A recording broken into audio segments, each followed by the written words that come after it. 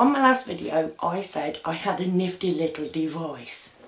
Let me introduce you to my nifty little device, which is a bit of polystyrene. I never said it was anything good.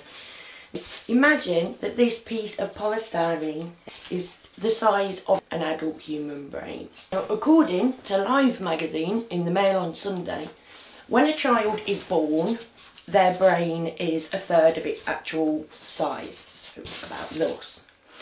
And then in the first year it goes up to 75%, so it's quite a big size. By the time a child's 8, it's pretty much as big as it's going to get, right? And it carries on like that to the age of 20, when it starts to shrink again. I have an 8-year-old son, as it goes, and he's already got in there, Jesus has saved him, you don't need to do no. Rich poor divide, that kings and queens have it all, that kings and queens are fab. He's got numerous ones about war, and the most important thing is you must remember them, so they get battered. Oh, you go over and over and over and over and over until these are ingrained in your head, in the freshest part of a young child's head. And we have good ones every now and again, like the nice teacher that makes it a little bit better for everybody. You know, school trips, that'll be a nice one. But these are all tied in with something else. So that when you get older and you're scrabbling around your brain, everything goes over these fundamental things that are implanted into everybody's mind before anything else. Oh yes, mustn't forget, numbers don't add up. We're talking the age that kiddies believe in Santa. That is not the mental age to be teaching somebody that a man has died for them and they are free of sin. I'm sorry. It's not logical to have little kiddies dressing up as wounded soldiers. Today, thousands of people will have died that didn't need to, and they won't all be having been shot in Afghanistan. A lot of them will be suicides from people who can't make the numbers add up. And the numbers aren't meant to add up, they're meant to work for the benefit of somebody who can pay 80 million of them on a wedding and kick people out of their house if they are short of 500 quid. This wouldn't be acceptable if we were not taken away from our mother at the age of 4. We're bred to be soldiers. We are farmed. One of the things that it's not actually taught in school, but school teaches us, routine. Get up, do a day's work, go to bed, repeat. 5 days out of every 7. But it's also curriculum. If you don't learn verbatim what we tell you you've got to learn, you will fail.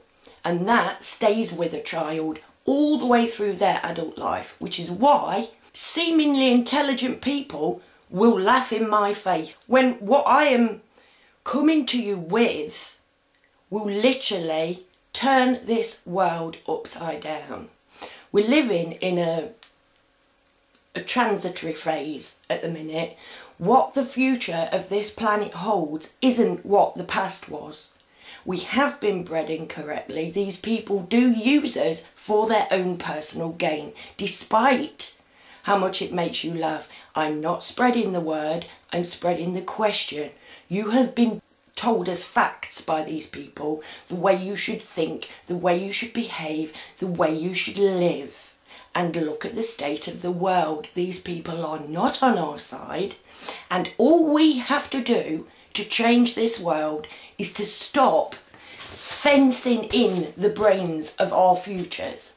And if we don't put all of this negative stuff in there from when they're practically babies, a lot of the children when they start school can't even speak properly. And we're teaching them that kings and queens deserve everything, that war is fab, and that Jesus has saved them.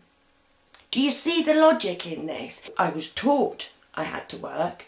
It was like, remember this, go over, don't forget it, you mustn't forget it, go over and over and over, battering it in there. So it never ever leaves. We all have that, every single one of us has that we're saved by Jesus, that the kings and queens deserve it all, that rich poor divides are perfectly normal, and that this is the only way that the world can be run. And all we have to do is just not teach it to a generation. They grow up, they actually take us into a new world that is going to be fantastic, and we are going to share, and we are going to get on just tickety-boo.